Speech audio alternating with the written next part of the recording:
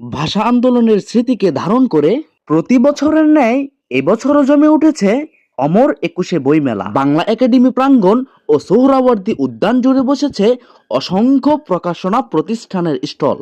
নতুন বইয়ের সমাহার থাকলেও এবারের মেলায় বই বিক্রি তুলনামূলক কম বলে জানিয়েছেন প্রকাশকরা। মেলায় দর্শনার্থীদের উপস্থিতি থাকলেও অনেকেই শুধু ঘুরে দেখছেন, ছবি তুলছেন, কিন্তু বই কেনার আগ্রহ আগের বছরের মতো এবার কারোর মধ্যেই দেখা যাচ্ছে না। ফলে অনেক স্টলের বিক্রেতাদের মাঝে দেখা যাচ্ছে কিছুটা হতাশার ছাপ। এছাড়াও ধারণা করা হয় রমাদানের কারণে স্টলগুলোতে মানুষের তেমনটা উপস্থিতি লক্ষ্য করা যাচ্ছে না। বিক্রেতারা আরও জানান, অন্যান্য বছর বিশেষ করে ছুটির দিনে প্রচুর বই বিক্রি হতো, কিন্তু এবার সেই তুলনায় বিক্রি অনেকটাই কম বলে জানিয়েছেন।